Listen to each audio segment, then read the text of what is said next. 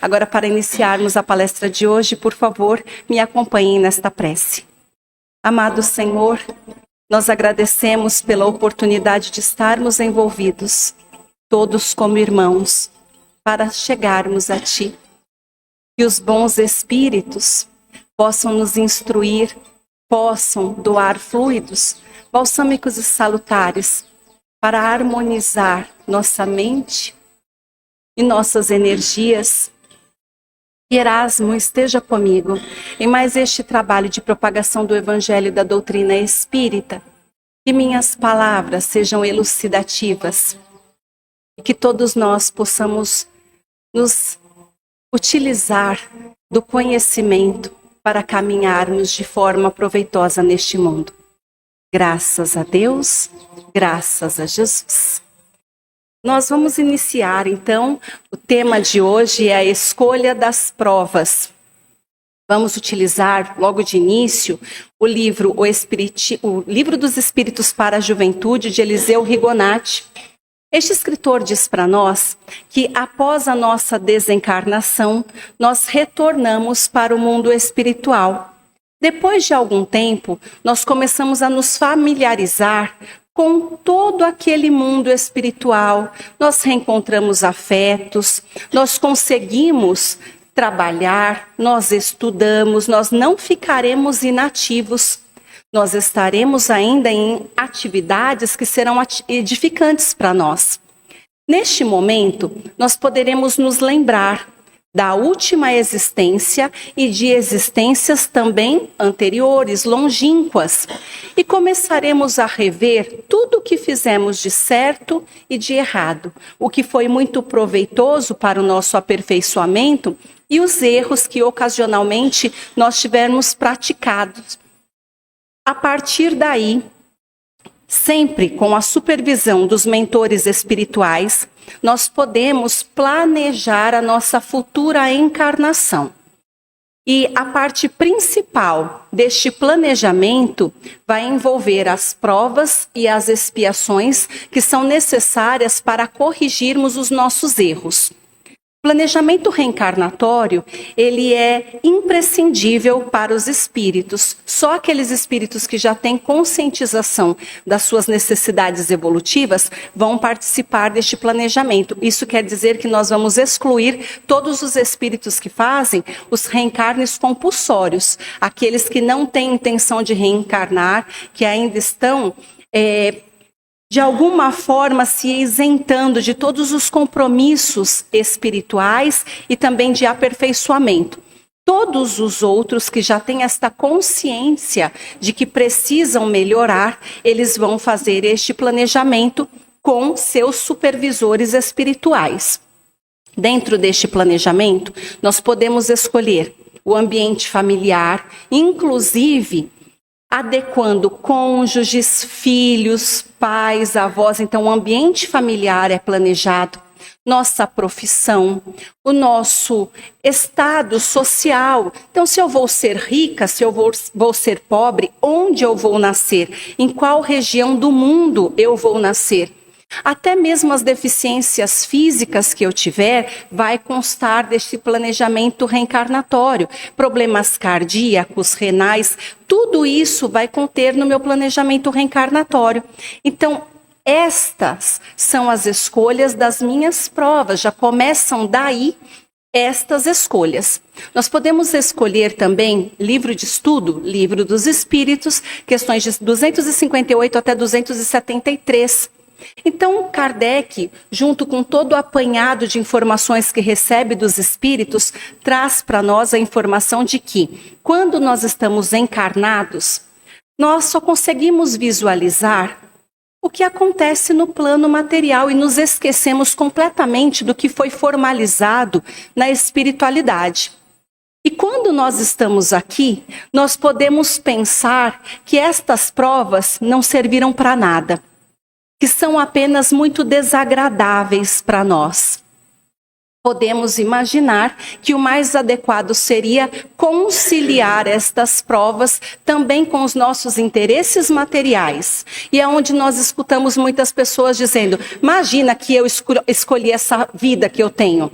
Você acha mesmo, Paula, que eu escolher esta vida de labuta, de sofrimento, de miséria? Será que eu estava tão louca assim que eu ia escolher no mundo espiritual viver desta maneira? Onde na minha casa ninguém tem paz, ninguém se entende. Escolher aqueles filhos que só me trazem problema. Uma mãe que nem me desejou, que briga comigo o tempo todo. Eu não consigo arrumar emprego, eu saio por aí pedindo esmolas. Como é que fui eu que escolhi estas provas para a minha vida? Isso é um absurdo. A maioria das pessoas pode dizer isso, não é verdade? Mas os espíritos informam que quando nós estamos lá na pátria espiritual, como espíritos, nós estamos visualizando tudo de uma maneira muito diferente. Nós conseguimos compreender onde foi que nós erramos. Nós já sabemos a pessoa que nós somos, os nossos pontos fracos morais.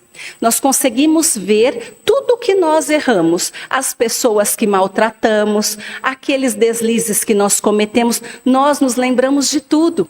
Nós sabemos onde é que nós temos que acertar, o que é que nós temos que nos esforçar para aprendermos. Então, de posse de todas essas informações, sabendo que aqui no plano terrestre é um mundo ilusório, onde nós estamos nos ligando com a matéria e que tudo isso é um simples momento diante de toda a eternidade que nós temos. Então, sabendo de tudo isso, ele pode sim escolher a prova mais rude, ele pode escolher uma vida dolorosa, sabendo que desta maneira ele tem a esperança de alcançar mais rápido a sua meta. Ele deseja alcançar o seu objetivo, e o seu objetivo é o da purificação. Ele deseja melhorar-se. E o que seria para ele uma vida de 100 anos, vamos dizer assim? O meu vozinho viveu até 97. A vozinha está encarnada. 99 anos, acredita, amiga? 99 anos. Então, o que seria para este espírito? Pensar, mas eu vou viver até 101 anos. Mas a vida para nós é a eternidade. Então o espírito, sim, se subordina voluntariamente a passar por diversas provas. Claro que não é só uma provação difícil, são inúmeras. E na noite de hoje, muitos que estão aqui, a pedido do mentor, por favor, pensem nas suas provas. As provas que nós já enfrentamos no decorrer destas décadas, as provas que estamos vivenciando hoje, sabendo que muitos de nós estão trabalhando não apenas com uma prova, 2, 3. E quando nós conseguimos solucionar, resolver estas provas, logo já aparecerão outras. Porque este mundo é um mundo de expiações e provas. Então ninguém ficará livre delas. Portanto, no Livro dos Espíritos, eles ainda continuam afirmando para nós que, depois de cada existência, o espírito consegue visualizar tudo o que progrediu. Então, voltou para o mundo espiritual, novamente, ele vai visualizar o quanto progrediu com aquelas provas e o caminho que ainda falta avançar, o que ele ainda precisa aprender. E é com isso que ele tem em mente seus objetivos e os obstáculos que ele precisa transpor justamente para alcançar esta meta. A meta para o espírito é a felicidade suprema. É um dia, depois aí destes 100 anos, voltar para a pátria espiritual radiante de contentamento, porque ele vai observar a trajetória daquela última vida e vai perceber, acertei aqui e acertei aqui. Com a minha família, eu consegui. Eu resgatei o que eu tinha que resgatar com eles. Eu perdoei e fui perdoada. Eu muito amei. Eu cheguei a me sacrificar por meus filhos. Eu tive renúncia e abnegação para lidar com aquele marido Sim, eu consegui ser caridosa mesmo com minhas possibilidades que eram tão precárias. Eu auxiliei meus vizinhos, eu de alguma maneira cuidei dos animaizinhos que estavam jogados na rua dentro das minhas possibilidades. Eu trabalhei muito, eu me esforcei tanto, eu aprendi um monte de coisa. Aprendi com uns, aprendi com outros, desenvolvi os meus sentimentos mais nobres. E desta maneira ele vai poder concluir que não ficou devendo nada para ninguém e aproveitou todas as oportunidades para se edificar. Então, esta é a meta. É chegar no mundo espiritual e falou assim, não ficou faltando nada. Eu me reconciliei com todos e aproveitei todas as oportunidades que eu tive para melhorar e servir. Então, esta é a meta para o espírito. Por um acaso eu falei aqui que a meta era adquirir uma casa maior? Não. Eu falei que precisa conquistar o carro do ano? Não. Eu falei que precisa ter o título de tal, tal, tal? Não. Eu não falei ter, eu falei ser. Ser um espírito mais nobre no contato com todas as coisas. Esta é a meta para o espírito. Então ele conclui dizendo que é o próprio espírito que escolhe as suas provas. Portanto, aquelas pessoas que dizem assim, normalmente os jovens, né? Os jovens falam, eu acho que ainda tem jovem que fala isso. Eu não pedi para nascer. Tem ainda jovem que fala isso? Tem. Eu não pedi para nascer. Eu não pedi para vir nessa casa. Alguém já escutou isso? E ainda pode piorar. Eu não pedi para ser o seu filho. Aí nós espíritas falaremos assim para os nossos filhos. Nem te conto. Sabia que você pediu? A gente acertou tudo lá em cima, você concordou, bonito. Então agora só estamos aqui, ó, mãe e filho, você concordou. Então estas provas todas somos nós quem escolhemos. Aí a gente fala assim, mas Deus está me castigando. Ele não me ama de verdade. Por que ele me deu essa vida cheia de amargura? Mas foi Deus. Nós quem pedimos esta vida. Ele diz, o Espírito escolhe as provas e nisso está contido o seu livre-arbítrio. Nada acontece sem a permissão de Deus. Deus dá ao Espírito esta liberdade de escolha e assim responsabiliza o Espírito por todos os seus atos e por todas as suas consequências. Então, quando nós estamos aqui encarnados, diante das nossas provas difíceis, nós sempre poderemos escolher, porque o nosso livre-arbítrio será sempre respeitado. E aí eu tenho aqui o caminho do bem e o caminho do mal. Eu posso escolher qualquer um? Posso escolher qualquer um. Se eu for sempre no caminho do bem, glória a Deus, vou chegar lá triunfante. Mas se eu escolher o caminho do mal, tudo bem também, não tem problema. Deus fornecerá o consolo que sabemos que teremos novas oportunidades. Quantas encarnações são necessárias para nos depurarmos? Imensurável o número de encarnações. Vai depender realmente de cada espírito se conscientizar de que precisa ter força de vontade e se empenhar muito. Ele continua explicando, a escolha é apenas do tipo de provas. Os detalhes dessas provas, aí serão consequência do nosso estilo de vida. Nós não sabemos. Nós escolhemos o tipo de prova, nós temos uma ideia da luta que vamos enfrentar diante dessas provas. Vamos imaginar então que uma pessoa escolhe passar por uma enfermidade terrível em determinada fase da sua vida. Ela já vai ter uma ideia do tipo de luta que ela vai enfrentar a partir daquela enfermidade. Agora, os detalhes ela sabe? Ela não sabe o que vai acontecer. Porque ela pode escolher buscar os tratamentos, ela pode escolher não buscar os tratamentos e, dependendo das suas escolhas, muda tudo. Kardec explica, sabe que ao escolher este determinado caminho, então deverá suportar tais lutas. Sabe a natureza dos problemas que irá enfrentar, mas ignora os acontecimentos, apenas os grandes acontecimentos são previstos. Nós também sabemos que todos os espíritos são criados simples e ignorantes, ou seja, sem experiência. Estes espíritos, quando estão ali sem experiência, Deus vai traçar para eles o caminho que devem trilhar. Então, tudo é cheio de justiça nos planos de Deus.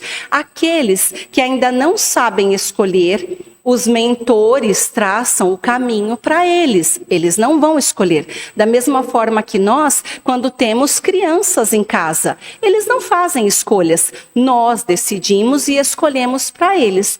À medida que este livre-arbítrio vai se desenvolvendo, Deus permite que estes espíritos façam escolhas. Da mesma forma que nós com nossos jovens. Eles sabem escolher, sabem decidir, então nós vamos liberando para que eles realmente vão se apropriando do seu caminho. Continua dizendo que muitos escolhem o mau caminho exatamente porque não conseguem ouvir os conselhos dos bons espíritos. Não vamos nos esquecer de que cada um de nós, antes de reencarnar, recebe um espírito, que é o seu mentor espiritual, o seu espírito protetor, que vai então fornecer todas as inspirações e vai permanecer conosco durante toda a existência. Se nós orássemos mais, se nos elevássemos mais, se buscássemos sempre o caminho da bondade, do amor, da justiça e da verdade, nós conseguiríamos sentir até mesmo a aproximação deste mentor, independente da mediunidade. Nós conseguiríamos saber quais são estes conselhos. Muitos são alertados no sonho, muitos numa meditação conseguem sentir, conseguem ter estas percepções. Então que possamos ouvir cada vez mais os conselhos dos nossos bons espíritos. Continua dizendo que Deus impõe sim a existência, e nós falamos sobre os reencarnes compulsórios. Nessa parte, Kardec explica, Deus vai impor uma existência aos espíritos que, por inferioridade ou má vontade, eles não mostram estar aptos para compreender que todas aquelas provas são importantes para ele enfrentar, para o seu aperfeiçoamento. Então, eles não querem reencarnar, porque sabem que vão sofrer. Então, aí a reencarnação com determinadas provas serão impostas. Chega um momento, então, que aquele espírito não tem escolha. Ele reencarna com aquele planejamento, porque ele simplesmente está se recusando a melhorar. Então, ele volta querendo ou não. E aí ele diz, o que orienta o espírito na escolha das provas é a natureza das faltas que ele cometeu no passado. Ele escolhe as provas que o levam a reparar os erros que foram cometidos e que permite que ele possa avançar mais rapidamente. Muitos podem escolher vidas de miséria, vidas de privações, onde deverão suportar tudo com muita coragem. Outros podem escolher a tentação da riqueza e do poder. E muitos outros podem escolher também lutar em contato com os vícios. Cada um de nós fez a escolha que achou apropriado ao seu desenvolvimento. E aí ele diz que até chegar à perfeição, os espíritos precisarão passar por provas que sejam necessárias ao seu adiantamento. Mas muitos, quando atingem determinado grau, podem não estar ainda num estado de perfeição. Estes não têm mais provas a suportar, mas eles têm deveres a cumprir. Estes deveres ajudam este espírito a se aperfeiçoar, da mesma maneira que constitui também uma forma de auxiliar os outros irmãos também a se aperfeiçoarem. Então pode acontecer isso também com os espíritos. Não ser mais necessário passar por provações, mas de qualquer forma ele tem deveres a cumprir, que vai fazer com que eles se aperfeiçoem e também vão auxiliar os outros a se aperfeiçoarem. E ainda afirma aqui, muitos podem escolher provas que estejam acima de suas forças e podem fracassar. Pode acontecer, chegar no plano espiritual profundamente abalados porque fracassaram naquele propósito. Outros ainda podem solicitar uma prova e, quando reencarnam, percebem que esta prova não traz nada de proveitoso, porque tiveram uma vida inútil e ociosa. Então é o que nós falamos sempre, em cada de nós, existe sempre uma oportunidade de poder ser útil dentro de casa, no bairro, no centro, no ambiente de trabalho profissional. Nós sempre podemos ser úteis. Este é o objetivo principal de todo o espírito encarnado. Desta maneira, nós realmente aproveitamos esta encarnação. Para finalizar, 52 lições de Catecismo Espírita de Eliseu Rigonati. Ele explica que com as expiações nós liquidamos os erros do passado e podemos satisfazer a justiça divina. As provas servem de desenvolvimento para o nosso sentimento, para a nossa fé, para a nossa força de vontade. O mais importante de tudo isso é sabermos que todos nós temos a vida que nós escolhemos. E é assim que nós trazemos a reflexão da noite. Você já percebeu, meu irmão, minha irmã, que a nossa vida é exatamente adequada para todas as nossas necessidades? Muitas vezes, nós nos esquecemos de tudo isso que a gente está conversando aqui, e como o sofrimento é grande demais, a gente inevitavelmente se queixa. A gente reclama, a gente até questiona para Deus e para a espiritualidade maior por que a gente está passando por tudo isso. Eu também já fiz isso. A gente queixa, resmunga, reclama, chora, se desespera. Mas com a palestra de hoje, a certeza que fica é que tudo que nós estamos vivendo foi pedido por nós mesmos. Então, que possamos enfrentar de forma resignada os nossos sofrimentos, mas com coragem, com otimismo, com força de vontade, sem murmurações, sem reclamações, com dignidade, porque nós escolhemos cada ponto importante desta existência. Foi permitido pelos bons espíritos que enfrentássemos tudo isso. Então, que possamos nos lembrar o tempo todo, a vida que eu tenho, quem foi que escolheu? Eu que escolhi esta vida que eu estou trilhando. Que seja a vida mais apropriada, cheia de oportunidades, de resgates. A gente está falando de ano novo nos últimos dias, lógico, janeiro, e a gente diz, como será que vai ser o ano de 2025?